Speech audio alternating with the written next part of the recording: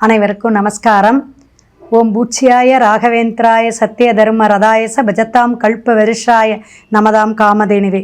ஸ்ரீ ராகவேந்திரருடைய பொற்பாதம் தொட்டு வணங்கி குரு வாழ்க குருவே துணை. அனைவருக்கும் நெட்சன் டிவி நேயர்கள் அன்பர்கள் அனைவருக்கும் வாழ்த்துக்களையும் வணக்கத்தையும் தெரிவித்து கொண்டு உங்களுடைய ஆதரவுக்கு ரொம்ப ரொம்ப ரொம்ப நன்றிங்க. நிறைய பேர் சப்ஸ்கிரைப் பண்ணுறீங்க, நிறைய விஷயங்கள் கமெண்ட் பாக்ஸில் கேட்குறீங்க. அதே போல் நிறைய கால்ஸ் வருது. வெளிநாட்டு அன்பர்களாம் நிறைய நமக்கு சப்போர்ட் பண்ணிகிட்ருக்கீங்க. ரொம்ப ரொம்ப வாழ்த்துக்கள்.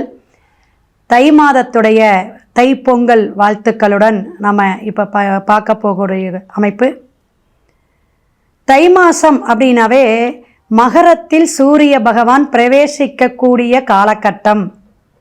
ஒவ்வொரு மாதமும் சூரியன் நகர்ந்து வரக்கூடிய விஷயத்தை தான் நமக்கு தமிழ் மாதமாக நம்ம கணக்கெடுக்கிறோம். ஸோ பஞ்சாங்கப்படி மகரத்தில் சூரியன் இருக்கக்கூடிய இந்த காலகட்டத்தில் 15/1 கேட்டை நட்சத்திரம் வியாழக்கிழமை குருவாரத்தில் ஆரம்பிக்கக்கூடிய இந்த பொங்கல் திருவிழா ரொம்ப ரொம்ப ரொம்ப விசேஷங்க. ஏன்னா இந்த கார்த்திகை மார்கழி குளிர் மாதம், பனி நிறைய இருக்குங்க. அப்படியே அந்த பனிமூட்டம்லாம் விலகி அந்த சூரிய பகவான் பிரபஞ்ச சக்தியோட இருக்கக்கூடிய பஞ்சபூத தத்துவத்துக்கு பிரகாசத்தை கொடுக்கக்கூடிய சூரிய பகவான் ஒரு மிகப்பெரிய நெருப்புக்கோள். அந்த சூரியன் வெளிச்சத்துக்கு அப்படியே நம்ம பிரபஞ்சத்துக்கு வரக்கூடிய அந்த பிரகாசத்தன்மைக்கு தான் மகரம். ஜனவரியில் அதுவும் பிறக்கும். அப்போ அந்த மகர ராசியில் இருக்கக்கூடிய அந்த இடத்துல நமக்கு அந்த தை மாதத்துலேருந்து எல்லாமே பொன் பொருள் விளைச்சல் எல்லாம் ஒரு வைபோகமாக இருக்கக்கூடிய மாதமாக, சிறப்பான மாதமாக 12 மாதத்திலையும் சுபகாரியங்கள் நடத்தக்கூடிய விசேஷமான மாதம் அப்படின்னு எடுத்துக்கலாங்க. காமதேனு வழிபாடு நம்ம மனுஷாவெல்லாம் சூரியனுக்கெல்லாம் நம்ம தைப்பொங்கலுக்கு வச்சு நைவேத்தியம் பண்ணி பொங்கல் வச்சு வழிபாடு எடுக்கிறோம். ஆனால் காமதேனு மாடுக்கு பசுவுக்கெல்லாம் நம்ம மாட்டுப்பொங்கல் 16ஆம் தேதி எடுக்கக்கூடிய இந்த விசேஷமான கால்நடைக்கெல்லாம் நம்ம எடுத்தால் நமக்கு அத்தனை விஷயம் நடக்கும். காமதேனுனா ஐஸ்வர்யத்தை கொடுக்கக்கூடியதுன்னு அர்த்தம். நம்மளுடைய தொழில், ஆரோக்கியம் அனைத்தையுமே செல்வ வளத்தை கொடுக்கக்கூடிய லக்ஷ்மி கடாட்சம்னு சொல்லுவாங்க. அதனால தான் அந்த பூஜை அமாவாசையிலேயோ பௌர்ணமியிலெல்லாம் அந்த பசுவுக்கு நம்ம பூஜை செய்கிறதே அவ்வளோ விசேஷம். ஸோ அவங்களுக்கு ஒரு சிறப்பான பண்டிகையாக, உழவருடைய பண்டிகையாக, இப்படி ஒவ்வொருத்தருடைய விஷயமும் இந்த 3-4 நாட்கள் நம்ம காணும் பொங்கல் வரையும் கொண்டு வந்துடுவோம். அதே போல் இந்த ஞாயிற்றுக்கிழமை அமாவாசை வருதுங்க. இந்த தடவை தை அமாவாசை அப்படிங்கிறது பித்ருகளுக்கு, இறந்தோர்களுக்கு, முன்னோர்களுக்கு கொடுக்கக்கூடிய விசேஷமான ஒரு அமைப்புன்னு சொல்லலாம். இந்த அமாவாசையில் நம்ம கொடுக்கும்போது எல்லாருக்குமே இந்த வருடம் ஃபுல்லாகவே நல்லா இருக்கும் அப்படின்னு எடுத்துக்கலாம். தை 11ஆம் தேதி வரக்கூடிய ஞாயிற்றுக்கிழமை ரதசப்தமி வருது. அதுவும் ரொம்ப சிறப்புங்க. பெருமாள் வழிபாடு, நம்மளுடைய சூரியனுடைய ஆதிக்கத்தை சொல்லக்கூடிய அனைத்து சகல விஷயமும் நடக்கக்கூடிய ரதசப்தமி வழிபாடு எல்லாம் ஃபோன் பண்ணி கேளுங்க டவுட் இருந்தால். ஒவ்வொரு ராசிக்காரர்களுக்கும் நம்ம பலாபலன் பரிகாரத்தோட வரிசையாக நம்ம பார்ப்போம். தொடர்ந்து வீடியோவை நீங்கள் கவனிங்க, பாருங்கள்.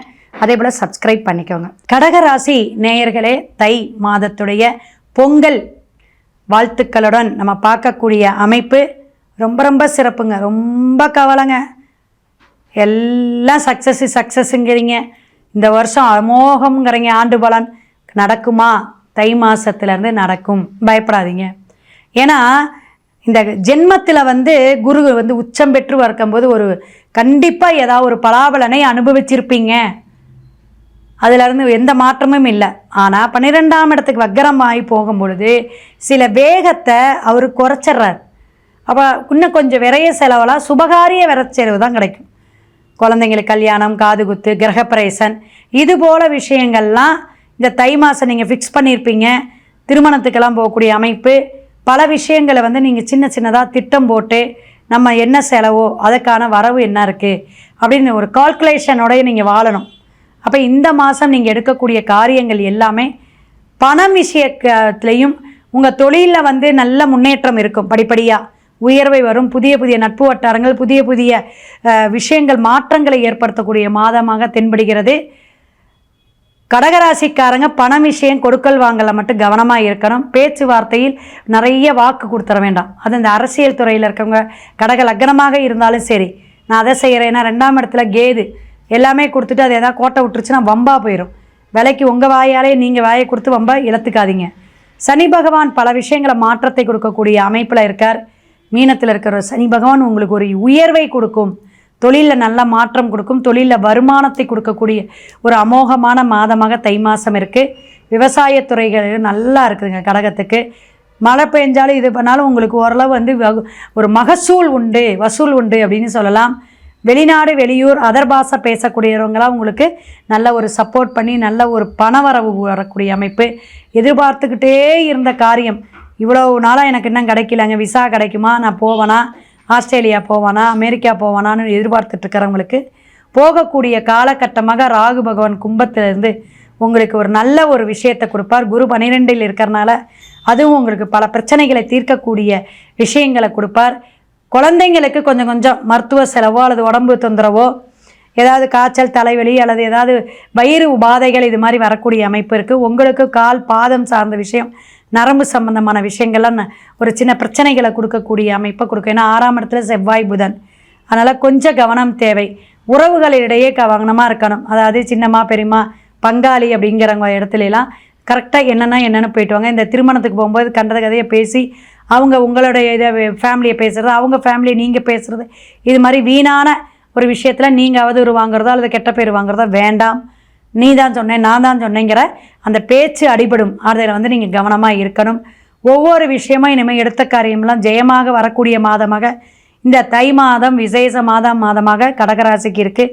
இருப்பினும் நீங்கள் வந்து வழிபாடுனா அருகம்புல் வச்சு அருகில் உள்ள விநாயகர் கோயிலுக்கு நீங்கள் போய் ஒரு தீபம் போட்டுக்கிட்டு வாங்க.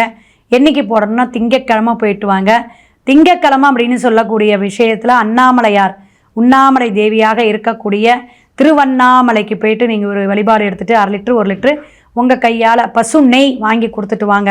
கடகராசி நேயர்கள் இந்த மாதம் ரொம்ப ரொம்ப விசேஷமாக அற்புதமான மாதமாக இருக்கும். வாழ்த்துக்கள்.